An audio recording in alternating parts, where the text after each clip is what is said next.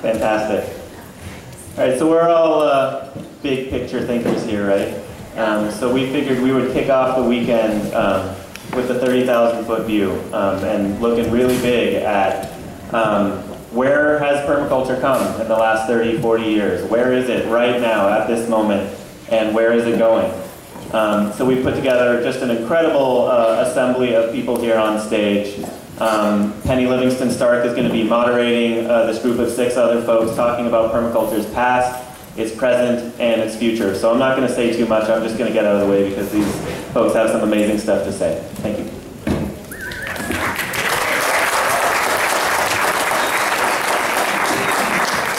Hey, welcome. It's great to see such a big group here. Isn't there like 400 people here? Something like that? Woohoo! Let's give ourselves a hand. Yay!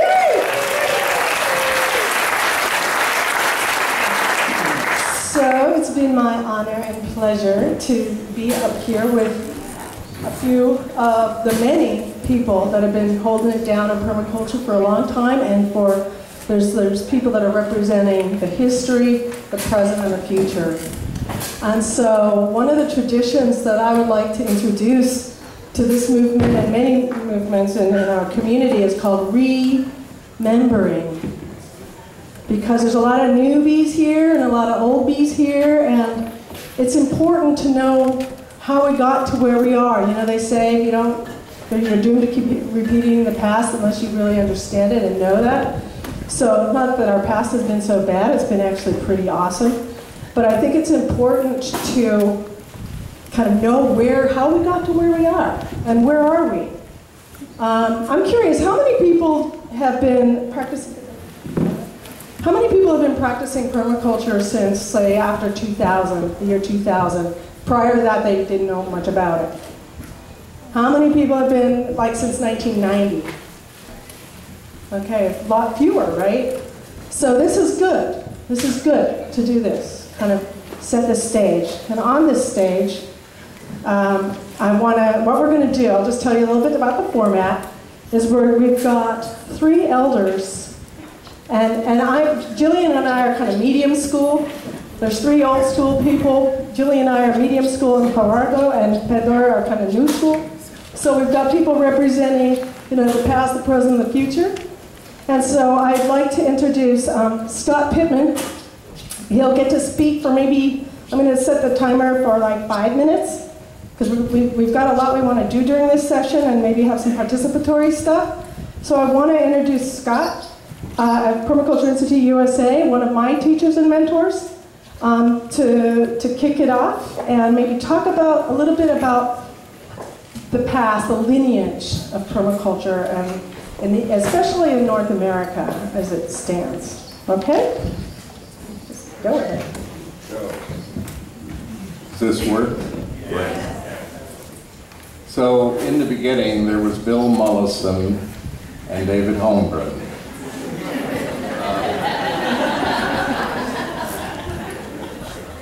And shortly thereafter, Bill Mollison took to the road and traveled around the world teaching permaculture. His first course in the United States, if I remember correctly, it was 1981. 80, Hawaii. Oh, sorry, I forgot Hawaii was in the United States.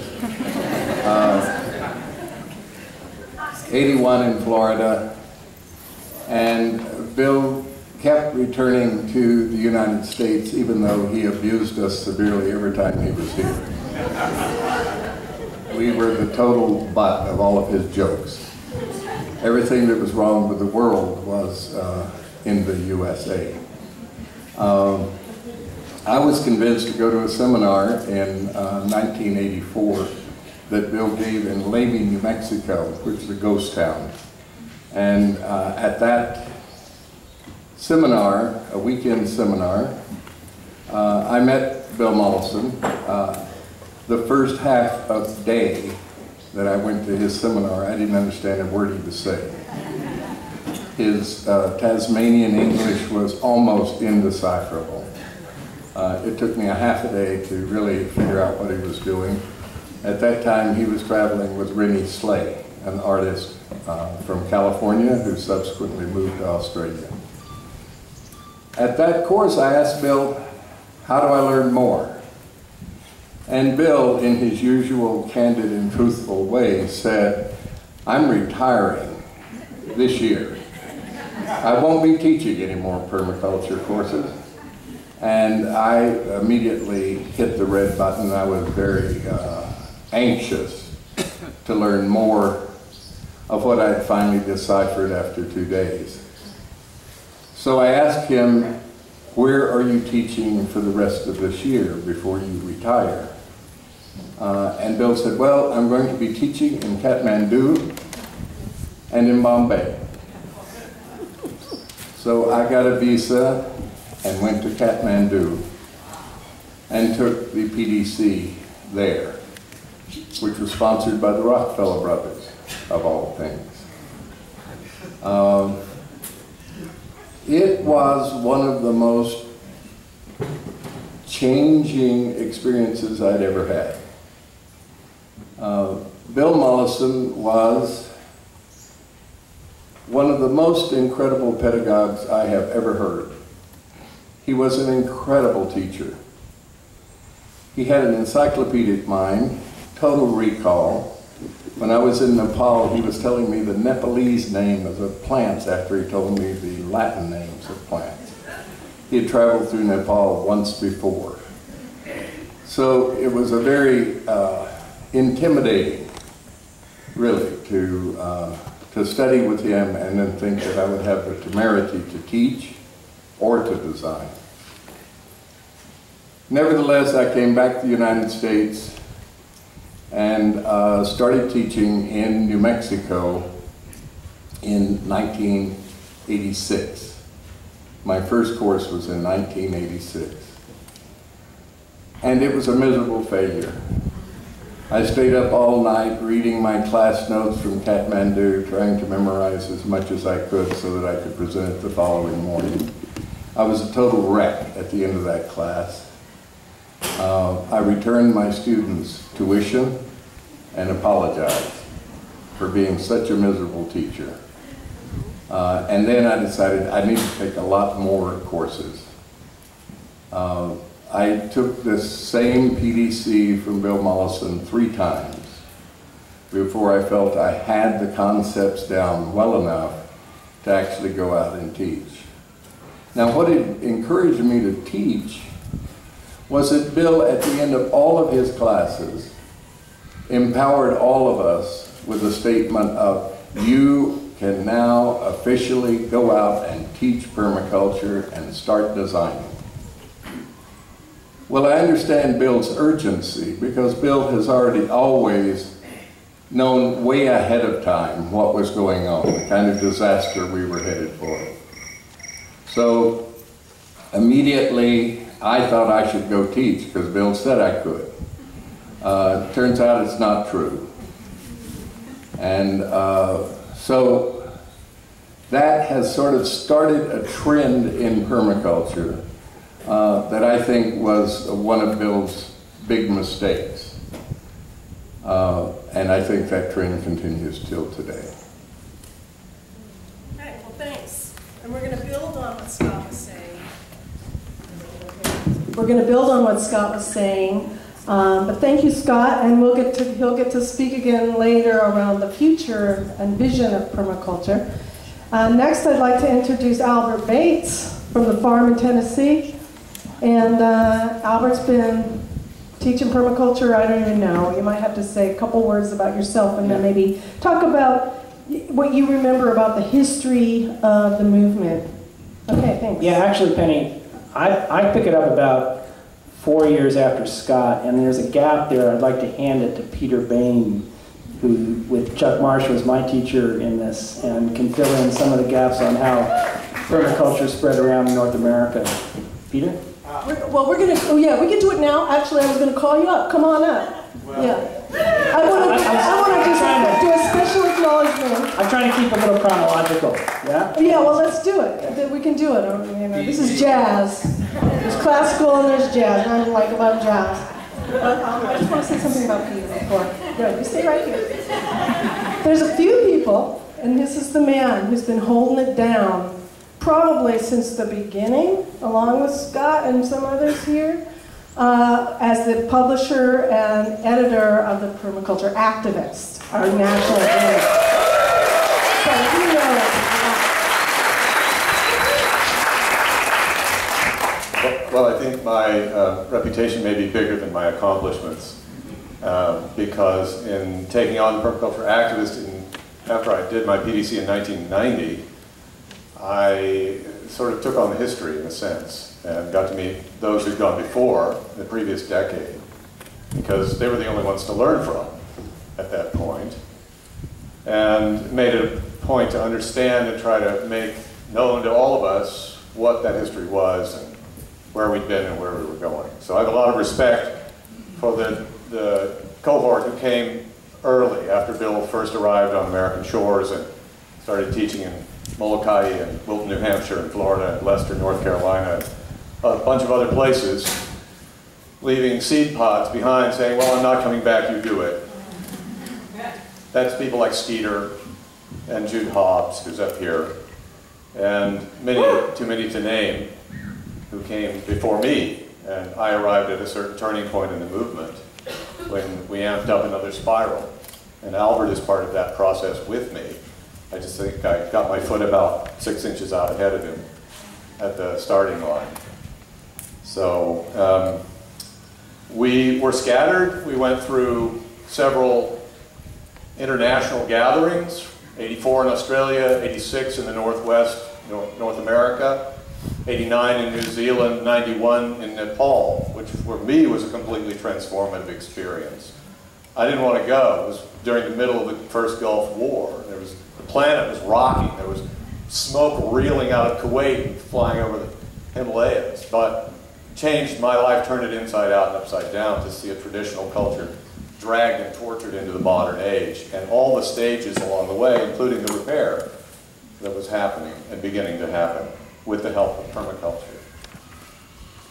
So those were seminal times. They set me on this path that has brought me here with all of you, and I know what you've gone through because, like as Scott described, my PDC turned my life completely around. I'm not the person I was before 1990. It's like being inverted. The inside comes out and then you're all there.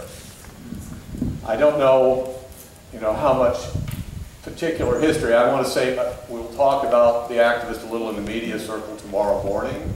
It has a history with the first Permaculture Institute of North America, starting in '85, which was centered in Seattle, and that organized the 1986 International Convergence in the Pacific Northwest that brought 600 people together. That was really the last time we did this.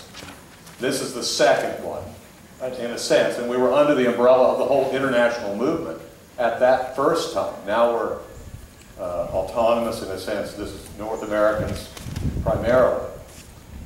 And we, the activists came out of that, which is, I met Guy Baldwin in 1990 when he said he had been the editor of the activist journal for some years, and then decided that garlic farming was more important to him and keyline design, and asked for a successor in the pages of the magazine. And I read it and kind of like, ooh! And then I went to a PDC, and everybody who met me said, "You're the guy." And so I called up Guy, and I went to California, and I got the magazine, and I've been doing it since. And, you know, come if you want to see the next chapter, come tomorrow to the round table. Maybe I should pass this microphone because we've got limited time. Well, thank you, Peter. Maybe you can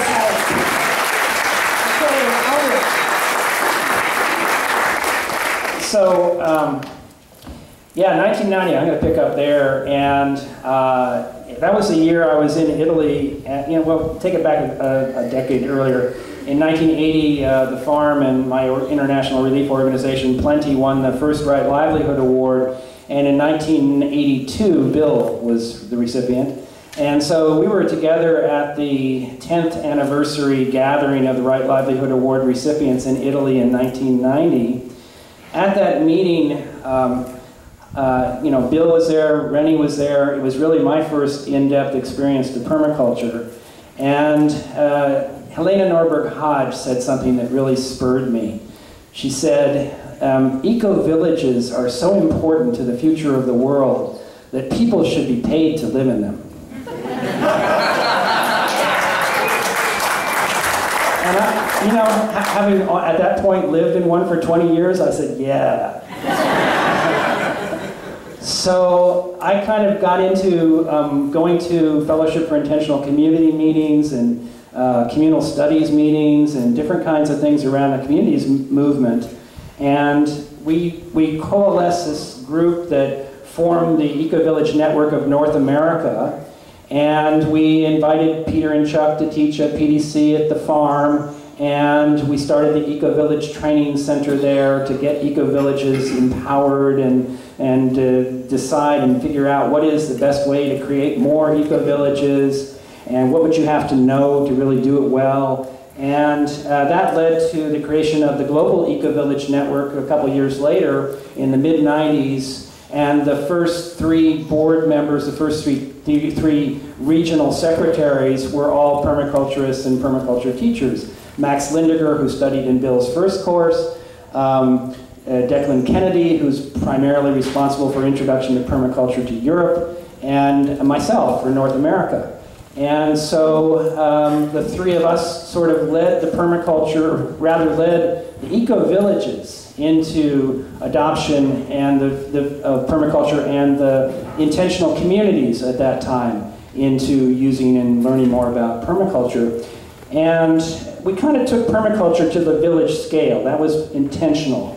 And now we're trying to take it more into the area of climate and restorative agriculture and restorative ecology. And with food forests and eco-agroforestry and power generating biochar stoves like this one, and compost teas and keyline and grasslands management, we're getting to the stage of thinking about e-cool villages. Villages that are net carbon sequestering, that are making a footprint that actually takes carbon from the atmosphere, puts it in the soil, and reverses climate change to the point where we can get us back to normal and on decadal timescales. For more about this, go to Gloria's session on biochar. So that brings us to where we are today, essentially. Great, thanks. You guys are awesome. I'm not sure if I was going to have to keep yanking the mic from everybody, but everybody's looking so nice. It's awesome. Okay, so next on the list is Jude Hobbs, who's also one of my first permaculture teachers from Lost Valley Education Center in Oregon. And yeah, take it away, Jude.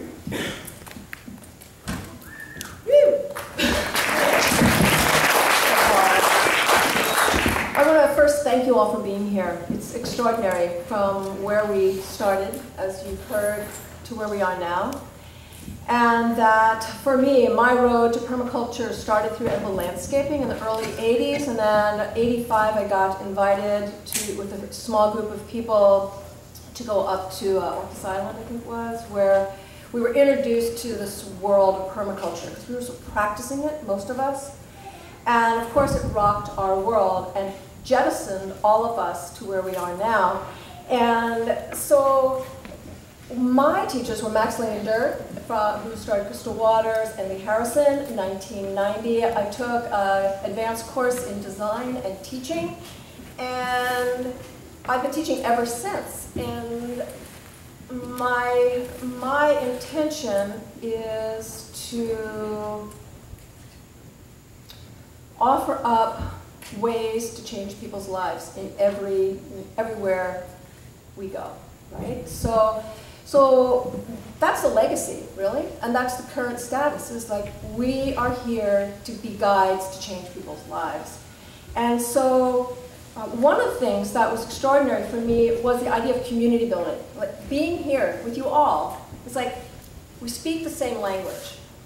And my guide to you is that language of swales and all these other buzzwords. It's like, how can you talk the language that everybody can understand? So that's kind of where I'm looking at for the future, and how can we do that? One of the things in our courses we end by, how do you define permaculture? How do you talk about permaculture? Your mother, your father, your auntie, people who have no idea what you're talking about, and how do you not use the buzzwords? There's a lot of awesome buzzwords that we speak and that we understand. So that's something that I would guide you to think about and to do. One of the things that happened early on is that there was very few women in this world of permaculture, as many of you know. And I'm grateful to have Penny on board and a handful of women. Most of the courses were men attending, and I'm really interested in that gender balance when teaching and working. And now I would say there's mostly a real equal amount of women and men attending courses, which is phenomenal. And look around here, there are so many women, and of course that brings joy to my heart. The other thing that's interesting is that we had no internet. I mean, how did we function in those days without internet, right? Websites, like you'd have, you know, in the beginning, like 3 hits of permaculture, the activists and a couple other things, and now there's millions. So times are changing, we're very excited about that on some levels, yet I had a lot more time before that period of my life. Just checking emails. Okay, so education, hugely important. And education is not just about permaculture design courses, it's not just about advanced design courses or teaching or whatever, water. It's about going to your local community, talking to the Grange. How many people here have taught at the local library? Permaculture at the local library, awesome. How about the Grange co-ops or the Rotary Club? How can you speak the language of whole systems thinking to people who have no idea what you're talking about? That's part of where we're going to. And then the gatherings, so hugely important. The Dalai Lama said the way to world peace is through festivals and gatherings. And let's continue this joyous celebration wherever you go. And that is one way that I've communicated the idea of permaculture, maybe not talked about that, but in community is through potlucks and work parties and bringing together neighbors. It's like we were working with Sammy, I don't know if Sammy's here, the last couple of days. Is Sammy here? She has a little lot in Minneapolis, and Penny and I guided this process of a design charrette. And we're there with an A-frame and doing all this awesome stuff, and she really didn't know her neighbors a whole lot. And all of a sudden, a neighbor with a child came up, what are you doing? I'd love to garden with you. So out there doing the work, everything else will follow. Nice. Okay.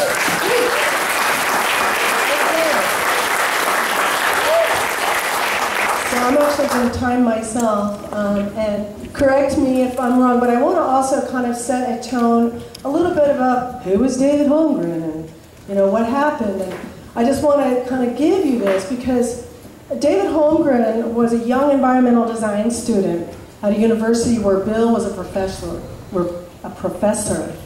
And according to David, when Bill, you know, who disdains academia so much, when he was a student in college, he had 9 majors. 9 majors. Like, who do you know has 9 majors? Anyway, so he was a professor at that time, and David was asking, the question is, why isn't engineering and agriculture and land use and architecture, why aren't these disciplines talking to each other? Because they're all in separate buildings and separate departments and everything, and there was no cross-disciplinary conversation going on. He was going, like, what's up with that? So he talked to many, many people, and the only person who would listen to him was Bill. So they would stay up way into the night and talk about these concepts. And David Holmgren's master's thesis was the first permaculture book written, which is Permaculture 1. I'm getting a nod from Pete, thank you. I've been gifted and blessed to also study with Bill and study with David and hear the stories from everybody. Bill actually coined the term permaculture. He wants that to be known. But David wrote the first permaculture book. And so I just want to put that out there. But then David stayed home and basically put this, challenged by his mother to say, hey, well, does this stuff really hold water? So he stayed home and actually did walk the talk, created a design called Hepburn Gardens. There's a book you can get with his own documentation of that, where Bill traveled the world barefoot, went to some hard places in Zimbabwe and different places to help communities become more sustainable. And he was the one that really spread the word about permaculture. So I just want to take a minute and honor our elders, because I think this is important. I just want to stand up and acknowledge Skeeter, who I would not be teaching if it wasn't for Skeeter. And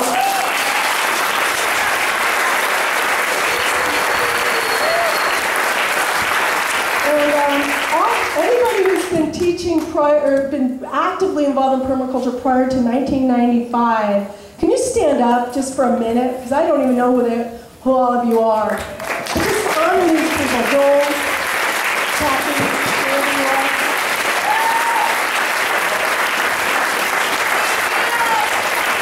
Because if it wasn't for these people, and of course people who aren't here, these were the guys that were holding down permaculture when everybody thought we were nuts. You know, if we had 12 people in a permaculture course, we're like, woohoo!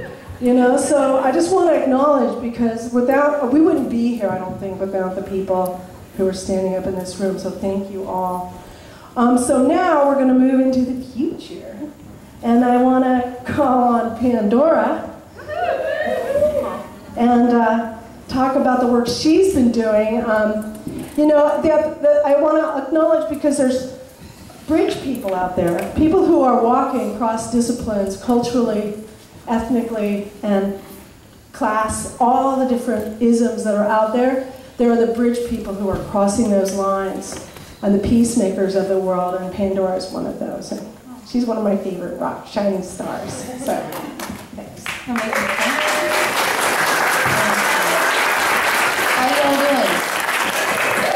you doing? I live in the Bay Area, and I'm from a black church, so we have call and response, so you can like make sounds, let me know you're feeling what I'm saying. I want to thank you. And I want to start by honoring all of my ancestors, all of my elders, living and like human and non-human, that have paved the way for us to be here.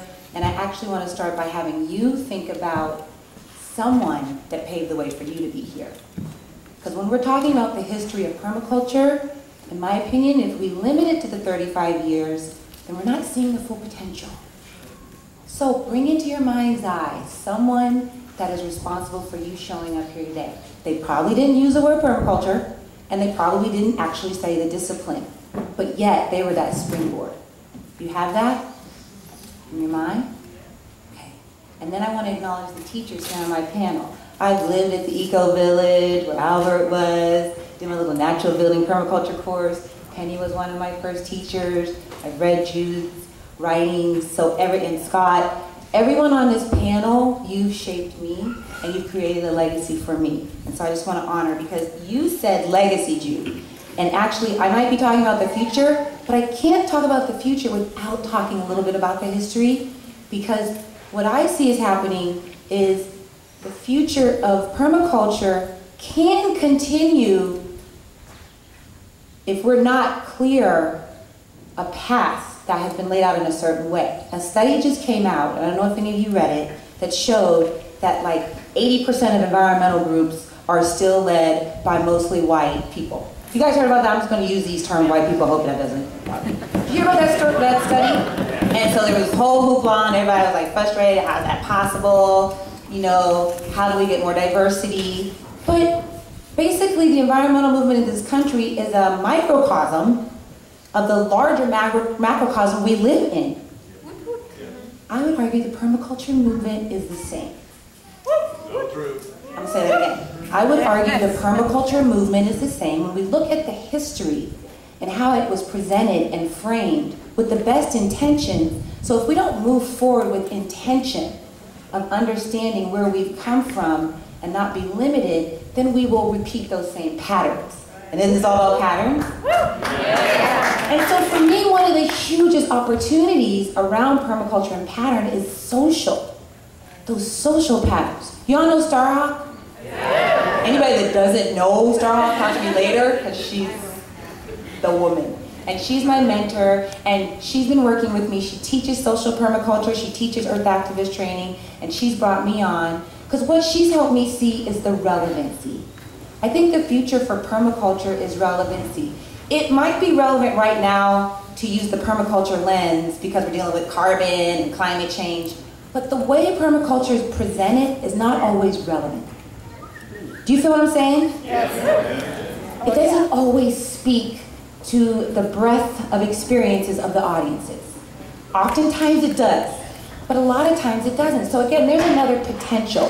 How do we create more relevant opportunities for people to engage in this thing that we're saying has changed our lives? Intersectionality. That's a long word. Y'all know that concept? Jude kind of touched on it. So this idea that, you know, you may be looking at me and I'm like a black woman, you think, but then I'm all these other things, and then how do I come in? You know, and who are my ancestors that have been a part of this? And how do we talk about social justice? And how do we talk about, you know, homelessness issues or social entrepreneurism? So how do we bring intersectionality? And we have the roots of that. If you're going to talk about restorative ecology, you can also talk about restorative justice. And I'm going to talk a little bit very quickly about a program that I run that tries to do that.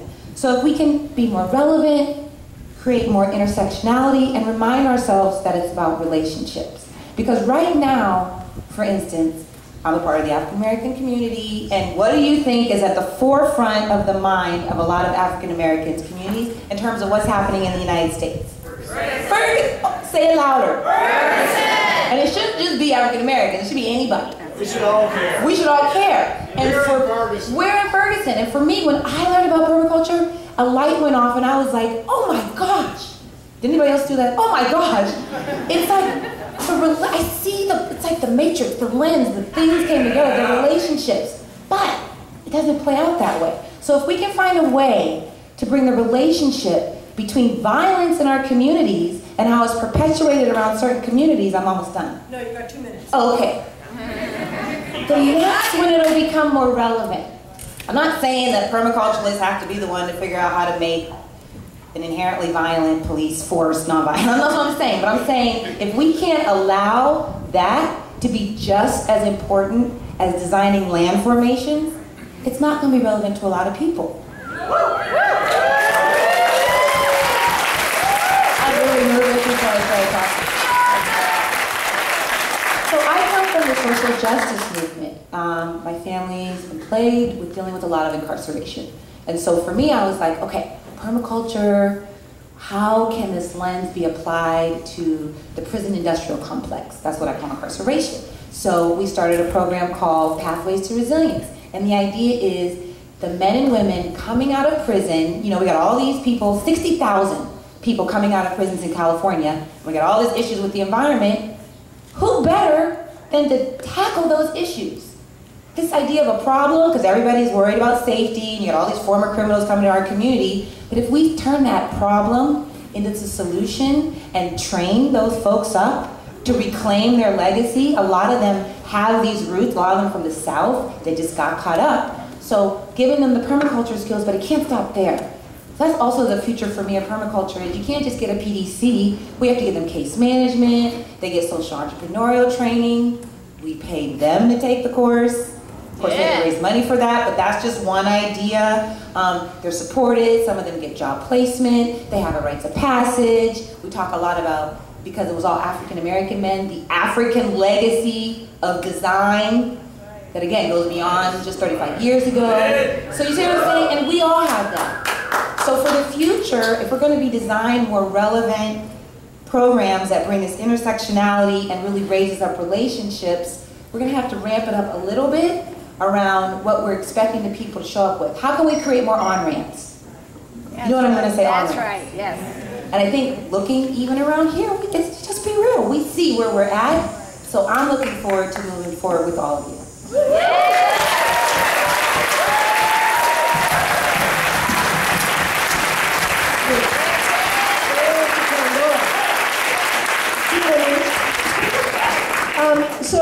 And just so you guys know the format, the little timer's gonna go up at 5, and that means you got a 2-minute warning, so you can, you'll have an extra 2 minutes in this next round. So, Gerardo, hailing from Mexico.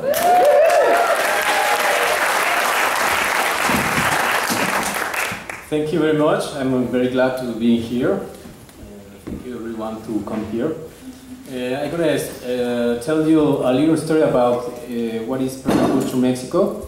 I was a web developer, and in 2007 I discovered permaculture, and I said, oh wow, this is amazing, I want to do this for the rest of my life. And the journey started in that time. And I was searching in internet where I can learn more permaculture, and don't find nothing. In that time, it's like 15 groups in Mexico that teaching permaculture. So I see that it's difficult to me to traveling to places to learning permaculture. So I decided to enter to the university to have a career of forestry engineer. And at that time, one of my partners, he lives in Australia, and he called me and says, hey, it's going to be a PDC with Bill Mollison, Jeff Lawton, two blocks from my house, so come on. I said, well, okay. I entered to the internet, searched the flights, and the flight is $700. It's so cheap, so I buy it, and then I go to Australia. So I don't pay hotel, transportation, nothing. Go to the BDC, meet Bill Mollison and Lisa Mollison, start to making some talking, and these people said me that you have the skills to do permaculture, and come to the farm and start to working. Oh, amazing, huh? And I started working with Bill in his farm, and in that time, I just,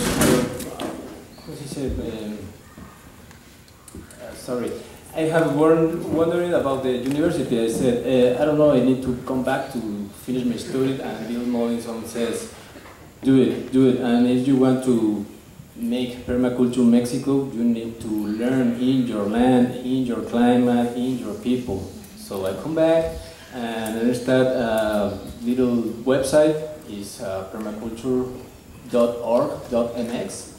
And in that time we start teaching permaculture in 2010. And in this time we put another courses like organic farming and nutrition of the soil and that.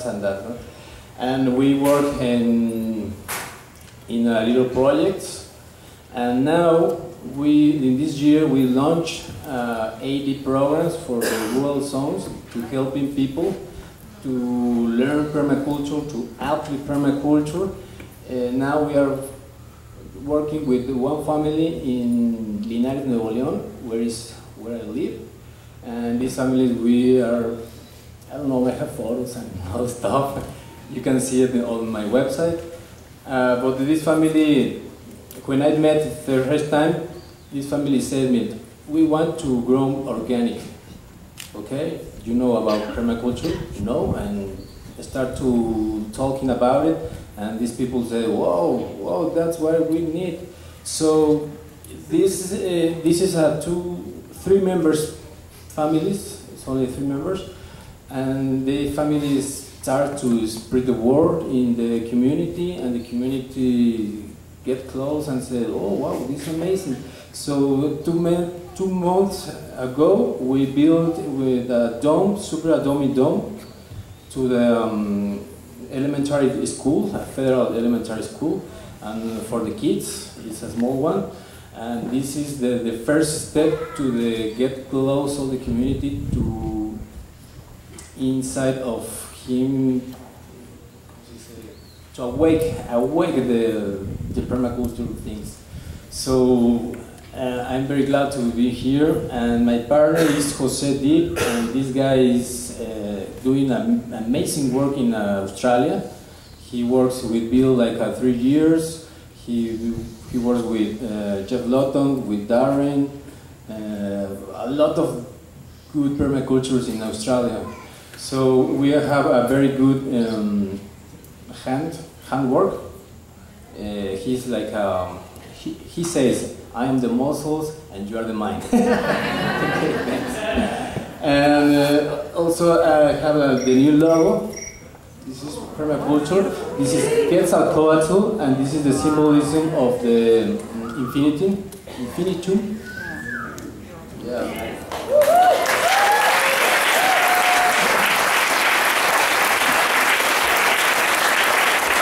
So now we are to try to push up our 8 programs for the rural zones. So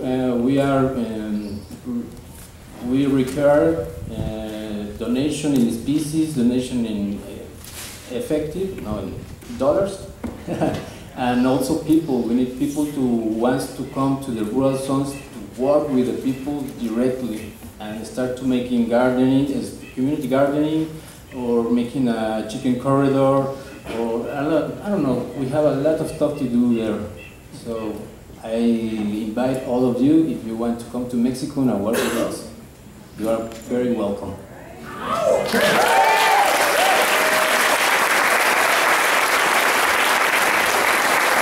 Thank you so much. What part of Mexico do you live? Which region? I live right now near to Monterrey. Monterrey is a big city, 2 hours from there. It's Linares, Nuevo León. Okay, great, thank you. Okay, so moving along, I think it would be great to hear from Jillian in Canada, and she's also been doing a lot of work in Europe as part of the flow. So it'd be great to hear some words from you. Very wise Canadian woman. Thanks. Good morning, everybody. So just touching briefly back on history, I first heard about permaculture on the CBC, the Canadian Broadcasting Corporation, an institution for us. It's kind of in our blood. I heard about it, and I wrote it down. It sounded really cool.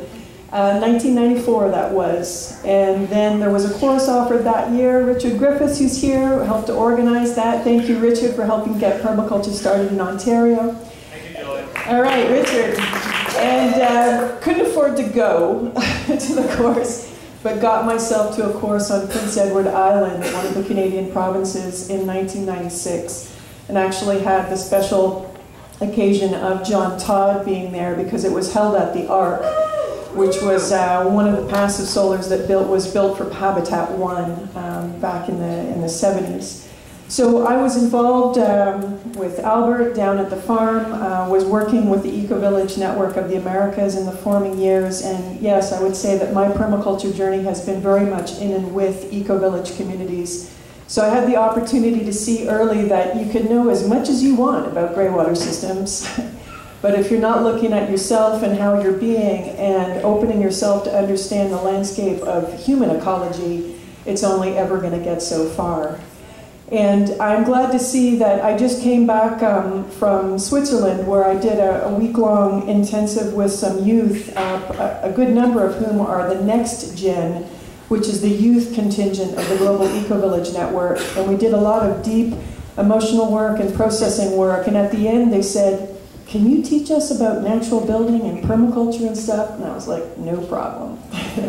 Because from here, they were grounded, they were centered, their hearts were open, they were developing emotional literacy, they were developing skills to work through conflict. And I think that those are a lot of the meta-level skills that we really need to float the boat in permaculture. So I was actually outside of permaculture for about a decade for a number of reasons. And I went back to England to do a 2-week-long group relations conference with the Tavistock Institute. If you want a good mind, blank, blank, blank, then go to group relations. 2 weeks of human process, really intense. And I had a little bit of extra time, so I went and co-taught a course with a fellow named Aranya, who has a lovely design book out. And it was at that course that his co-teacher, Peter, who was in his mid-30s, a founding member of an eco-community, asked if I would mentor him. And so the next year I went back and taught, and then the European Permaculture Convergence was happening in Germany, and I thought, well, I'll just go stick my nose in and see what's going on, see where the community is at. And I taught, did a little something every day, and by the 4th day we went really deep. And I had a number of people, especially young men, come to me afterwards and say, "You know, where we went, I want to go there again." And I thought, okay, right, we're getting readier. We're getting readier to look at, again, how are we being, what am I really doing this for anyways? What is the healing work that's needed on all kinds of levels? Because it's great to know about swales, and there's tons of landscape healing. There's a lot of personal and emotional and collective body healing to be done as well.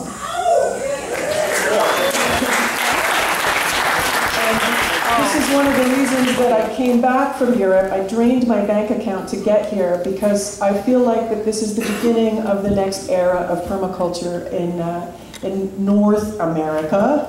I'm a Canadian, eh? So, yes, there's this big place called North America that we live in, just as a little social reminder. Okay, so I'm going to talk to you for a couple minutes about the European permaculture situation. And they've had the council, I'm going to look at my notes here, and I am almost 50, I need my glasses. Okay, so the council, the Permaculture Council for Europe's been in existence since '96. We just had the 12th European Permaculture Convergence, which happens every 2 years. This year was in Bulgaria. 2 years ago, we had the first meeting of the European Permaculture Teachers Partnership, which was funded by the EU. And it was 11 formal country partners and another 12 informal partners, 150 people involved, all people existing or mostly aspiring permaculture teachers that came together for a series of 7 meetings in different countries. The EU is trying to develop an European community, and it was very successful. By the second meeting, we were already like family. So there's a wonderful website, permateachers.eu. permateachers.eu. All the stuff is there, including a wiki, teachers' resource materials, etc. And so I'll just let you know about a couple of other things. One is that out of that, because we just wrapped up the 2-year process at this last meeting in Bulgaria, is that there's discussions about a federation or a national or international organization in Europe. They have the added benefit that the UK is one of the partners, and they've had an existing organization for 30 years, and I think Andy Langford is here and was helped to get that started. And thanks so much for also bringing co-counseling in early in that, because those folks are a lot more available for that type of work as well. So I'm just going to wrap up to say that there's a lot that's been happening in Europe. Many of us culturally have ties from that part of the world. It's been interesting me to go back. English is the common language, which gets a little weird and frustrating, but especially in the younger generations. But there's a lot there for us to learn from the work that they've been doing, and there's a lot of opportunity to be sharing. And I'll just, at the end, say, in Canada, we just kind of had an enactment of the normal thing. It's like there were 5 or 6 or 7 of us hovering off in the margins. And Canada's a big place, so one of the things that we're doing is disseminating into bioregional groups across the borders, but also being connected in Canada, and that seems to be a pretty normal pattern for us. I don't have the juice for forming a foundation for Canada, but I do have the juice for you knowing that there's a lot of good people up there doing good work. Thank you.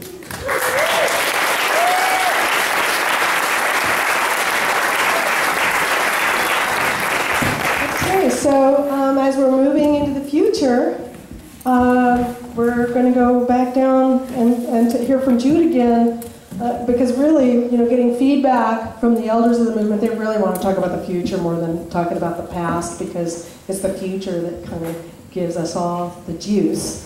So Jude now gets to share some visions of maybe where we are now, maybe where we want to go, wherever you want to go with that. I want to go to right livelihood. That's a Buddhist philosophy, right livelihood, following your passion and following the permaculture ethics. People say, how am I going to get work doing this, what I love? And think about a mind map of a permaculture spiral, and that you take into consideration the design. We all come from a design perspective. And then we think about water as part of that design when we're designing anything in our lives or a place. And then we think about the soil and the integration of the soil, the connections with the soil and the water, and we think about the plants and how they're connected, and the animals and the buildings and appropriate technologies, economics, community, and then back to design. And so we're constantly looking at the interconnections of all these elements. And what I want to say to you is that, what is your passion? What can you follow? How can you change your world and then change others' worlds? So that's, and there's a graphic that I put together with this concept over right next door in the Permaculture North America booth institute. So that's really the next thing that I'm going to talk about. I've been spending probably about 4 years co-evolving an organization called the Permaculture Institute of North America. And Penny and Peter and Wayne and a fellow named Daryl and Sandy Cruz are on the board. And we're going to have a more in-depth discussion around and presentation of this organization this afternoon. And it is a professional organization designed to support students and experienced practitioners of permaculture in North America. And it really came from a place of people saying to me that they want a bioregionally based organization that would yield to a more professional quality of permaculture. Scott's been doing Permaculture Institute USA for years and years. There are several organizations out there, and we co-evolved this other organization, which is based on permaculture principles of peer review and mutual responsibility. Our standards are very transparent, and we have multiple centers of initiatives that we are calling regional permaculture hubs. And so we have a lot of documentation on that. We've been spending a really long time. Most of us would I say that if it wasn't for Pina, I would have had my book on multifunctional hedgerows done 3 times over. So I'm really looking forward to our launch. And anything else, Penny, you want to add to that? But that's sort of the future for right now that I'm thinking about relative to permaculture's next step in how can we bring our communities together, Canada, the United States, and Mexico. And how can we support each other? And it is about continuing education. It's part of it. It's part about networking. It's I'm doing this. I'm living it, but right now I'm just having to look at our brochure that is hot off the press, which you can pick up next door. And really, it's the linkages, it's the integration, it's the connection of people who've been studying permaculture. And how can you network together? And maybe that will be helpful as far as the right livelihood, is sort of understanding that and moving to that next place. Anything else? Okay, there we go. Thank you very much.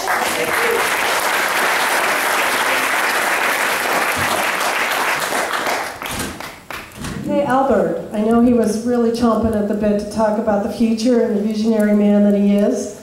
So now's your chance, Albert.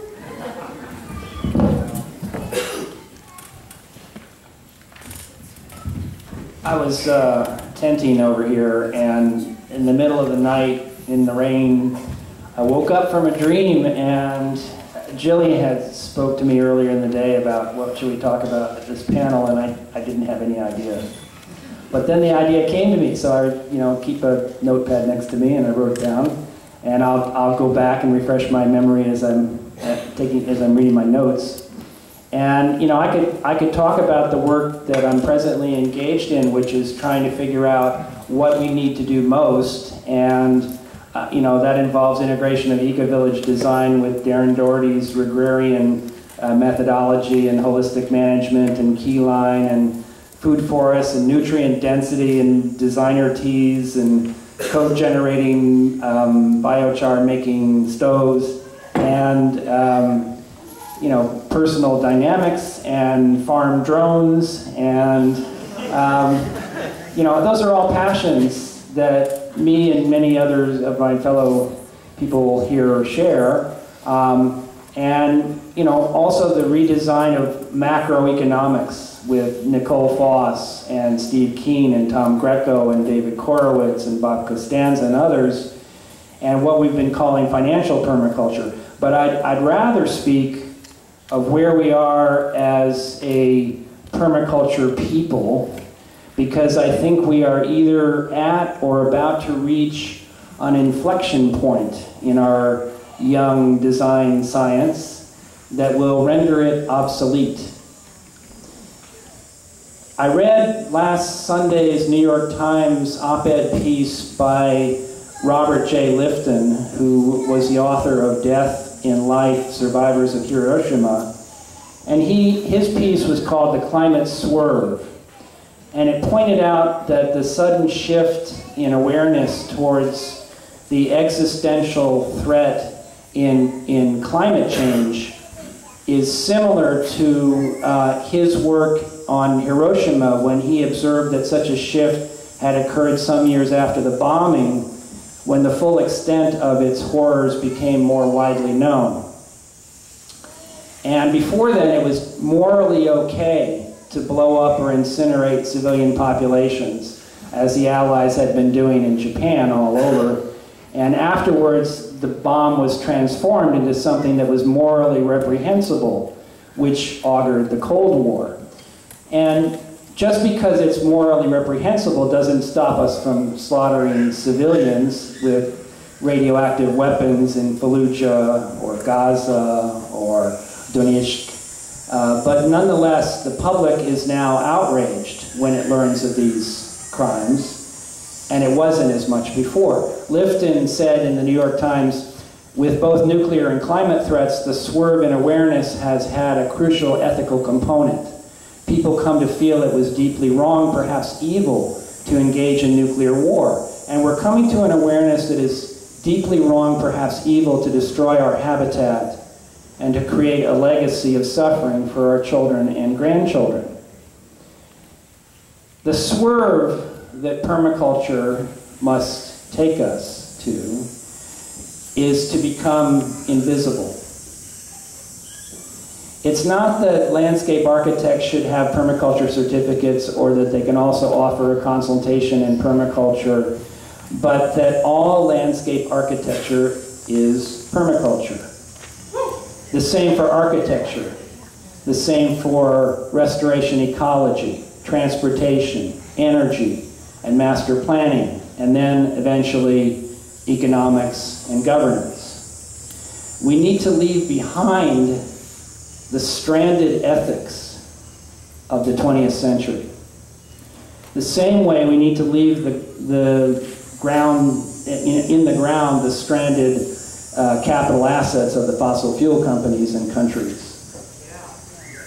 The stranded ethics are based on growth at all costs, the prime directive of capitalism, and damn the environment, damn social justice and fair share, damn the future consequences. That's the stranded ethics of the 20th century. We need to strand those. We need to make them obsolete.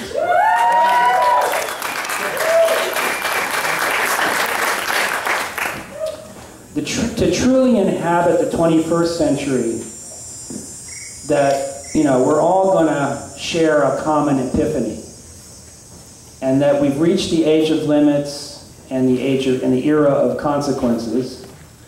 We are at or approaching that inflection point here, now, and the ethics of permaculture have to become invisible. Permaculture will become invisible. It will simply be taken for granted.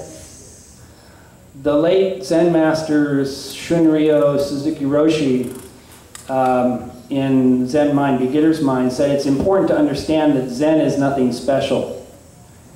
Any Roshi will say the same. There is no attainment, just sit. Nothing special. Permaculture is nothing special, just do it.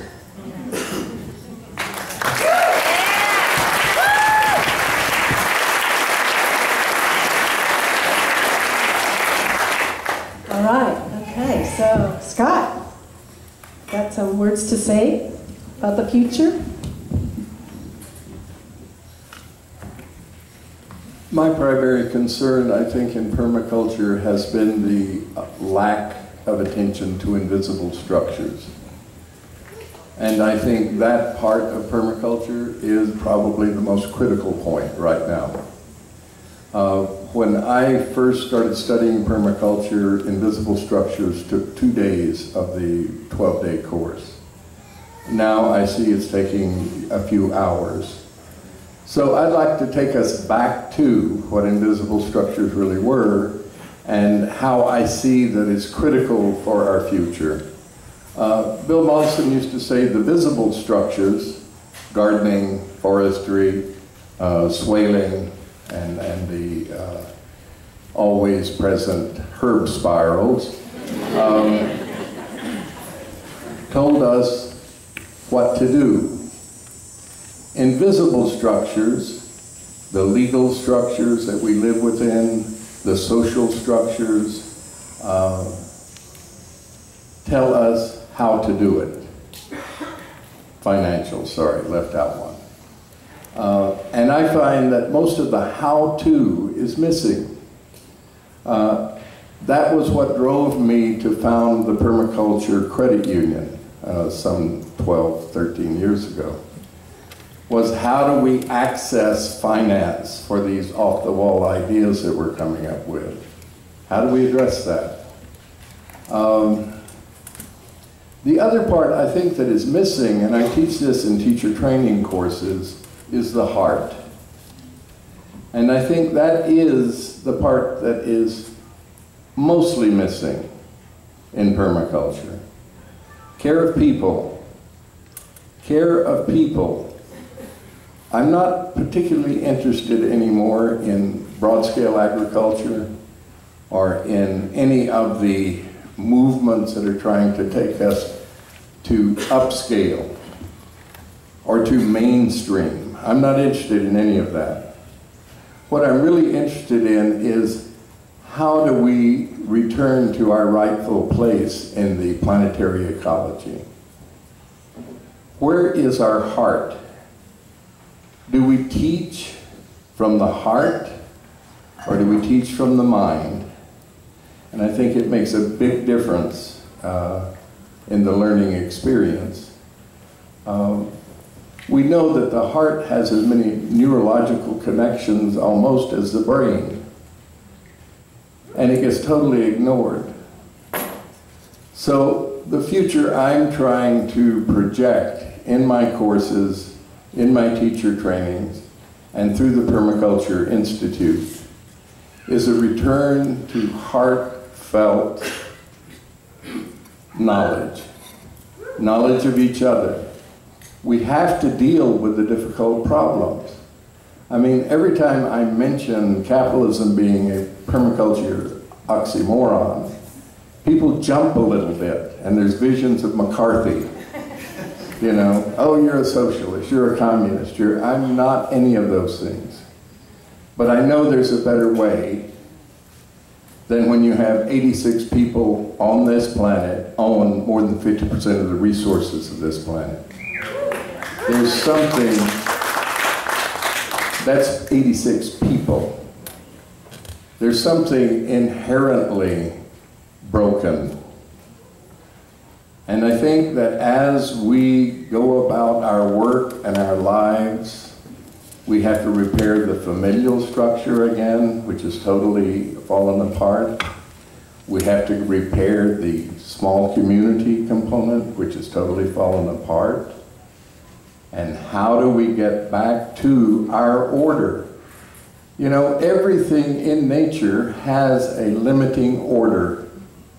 You know, the branching of trees, the branching of rivers, they all have orders. Humans are the only ones who've been able to bypass that. And that was with the introduction of free energy, essentially free. In the 1880s with oil, and prior to that with coal in Europe. So the Industrial Revolution for the first time allowed humans to jump out of their limitations and to play like they're much bigger than they are. So all of you, I pray that as you spread the word of permaculture, as you go about your own work, that you really think about how does your heart feel as you're doing that, and what are you projecting as you do that. We have to go back to the heart.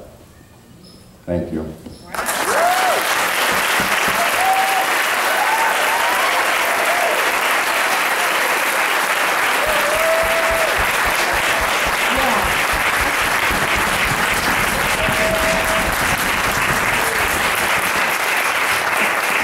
Don't you love it? I mean, to hear the elders speak in this way, because that is where we're moving. You know how they say a chain is as strong as the weakest link? And where do we think the weakest link is right now? Is the people part.